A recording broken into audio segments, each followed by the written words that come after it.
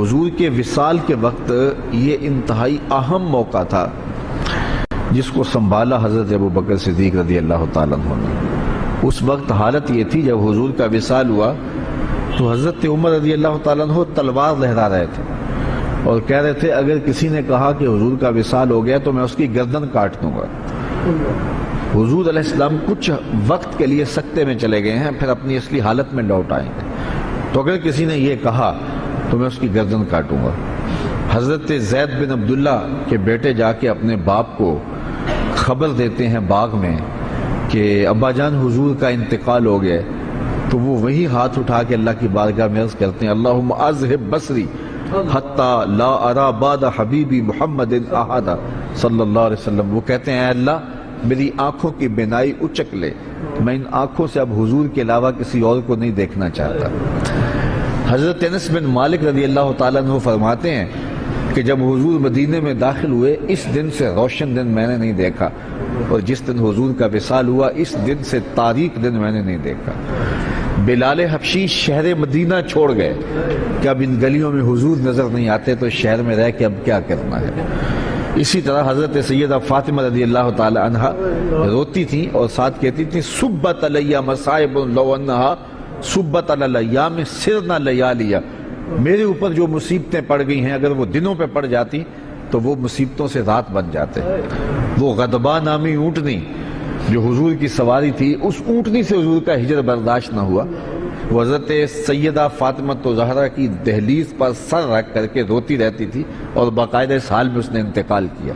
وہ داراز گوش جس پہ حضور سواری کیا کرتے تھے جسے یافور کہتے تھے، وہ ایک اندھے کنویں میں چھلانگ لگا کے اپنی جان سے ہاتھ دھو بیٹھا، جب حضور چلے گئے تو ہم نے جی کے کیا لینا ہے۔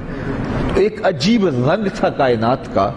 اب اس حالت کے اندر کہ صحابہ کے اوپر ایک سکتہ طاری ہے، حضرت عمر تلوار لیے کھڑے ہیں، اور ان حالات میں جو منافق تھے انہوں نے کھیل کھیلا، اور وہ کھیل کیا تھا، بڑا باریک چال تھی ان کی۔ انہوں نے کہنا شروع کر دیا واہ جی واہ، حضور کے موجود ہونے سے کیا رنگ تھا، کیا بہاریں تھی، کیا نمازیں تھی، کیا روزے تھے، کیا جہاد تھا۔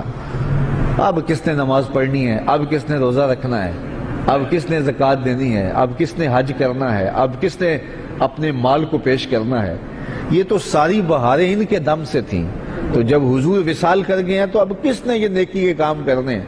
اب پھر وہی قتل و غارت ہوگی، پھر وہی سب کچھ ہوگا۔ تو اس طرح سے انہوں نے یہ بات پھیلانی شروع کر دی۔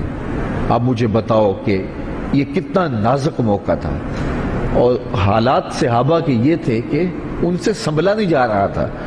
عین اس موقع پر امت کو جس شخص نے سنبھالا اس شخص کا نام ابو بکر صدیق رضی اللہ تعالیٰ عنہ۔ تو حضرت ابو بکر صدیق کھڑے ہوئے اور لوگوں کو متوجہ کیا، اور لوگ متوجہ ہو کے ان کے قریب آئے، لیکن حضرت عمر رضی اللہ تعالیٰ عنہ اسی حالت میں تھے۔ لیکن جب آپ نے لوگوں کو قریب کیا تو وہ بھی آ گئے، تو آپ نے لوگوں سے مخاطب ہو کر کہا لوگوں مجھے ایک بات بتاؤ کہ تم کس کی عبادت کرتے ہو؟ تو انہوں نے کہا کہ ہم اللہ کی عبادت کرتے ہیں۔ تو کہا کہ وہ تو حی ہے، وہ تو لا یموت ہے، وہ تو زندہ ہے، اس کو موت نہیں ہے۔ اور حضور اللہ کا فرمان اور حکم لے کر آئے تھے، اور جو ذمہ داریاں تھیں وہ نبھا کے حضور چلے گئے۔ اور پھر آپ نے وہ آیت پڑھی وما محمد اللہ رسول۔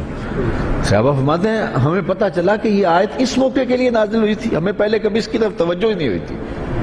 اور پھر فرمایا کیا جس دین کے لیے رسول اللہ نے اپنی ساری زندگی لگا دی، حضور نے اپنی ساری جوانی لگا دی، حضور نے ایک ایک لمحہ جس دین کے لیے صرف کر دیا، کیا حضور کے وصال کرنے کے بعد تم اس دین کو چھوڑ دو گے؟ صحابہ نے کہا کیوں چھوڑیں گے، ہم تو کھڑے ہوں گے اس دین کے لیے۔ تو کہا پھر حضور چلے گئے اور تمہارے کندھوں پہ یہ ذمہ داری ڈال گئے ہیں، اب اٹھو اور اس دین کا جھنڈا لے کے پوری دنیا کے اوپر نکلو۔ اور اس جملے نے امت کو کھڑا کر دیا۔ تو اس وقت منافقین جو چال چل رہے تھے اور اسلام کے خلاف جو باریک چال چل رہے تھے، اگر حضرت صدیق اکبر رضی اللہ تعالیٰ عنہ بھی اس وقت اسی حالت میں چلے جاتے جس حالت کے اندر باقی لوگ صدمے سے نڈھال تھے، تو مجھے بتاؤ کہ کون سنبھالا دیتا اور کون جو ہے وہ اس وقت امت کو سنبھالتا۔ تو حضرت ابو بکر صدیق رضی اللہ تعالیٰ عنہ نے اس موقع پر امت کو سنبھالا۔ دوسری بات یہ ہوئی کہ امت تقسیم ہونے لگی تھی۔ یہ بات طے ہونے لگی کہ انصار سے خلیفہ ہوگا اور ایک مہاجرین سے ہوگا۔ اس موقع پہ حضرت ابوبکر صدیق نے جا کے کردار ادا کیا اور امت کو اس نازک موقع پہ تقسیم ہونے سے بچا لیا۔ آج لوگ کہتے ہیں کہ ادھر حضور علیہ الصلوۃ والسلام کا جسد انور پڑا ہوا تھا اور انہیں خلافت کے معاملے پڑے ہوئے تھے، اور میاں یہی تو کام تھا ذمہ داری کا جو کرنے کا تھا، جو حضرت سیدنا صدیق اکبر نے کیا۔ اس وقت اگر نہ اٹھتے تو امت دو حصوں میں تقسیم ہو چکی ہوتی۔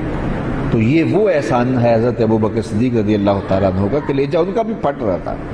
حضور علیہ السلام کی وفات کا جو صدمہ تھا وہ انہیں بھی تڑپا رہا تھا، بلکہ ایک زمانہ ایسا آیا کہ حضور نے صحابہ سے خطاب کرتے ہوئے فرمایا کہ اللہ نے ایک بندے کو اختیار دیا ہے کہ وہ اس دنیا کو اختیار کر لے یا آخرت کو اختیار کر لے، تو اس نے اس دنیا کی بجائے آخرت کو اختیار کر لیا۔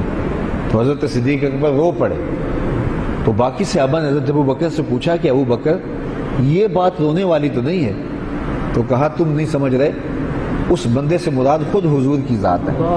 تو اس کا مطلب یہ ہے کہ حضور اب ہم سے جدا ہو رہے ہیں، اور انہیں برداشت نہیں ہو رہا تھا۔ لیکن اس وقت جب یہ نازک موقع آیا تو حضرت ابوبکر صدیق نے کھڑے ہو کے امت کو سنبھالا دیا۔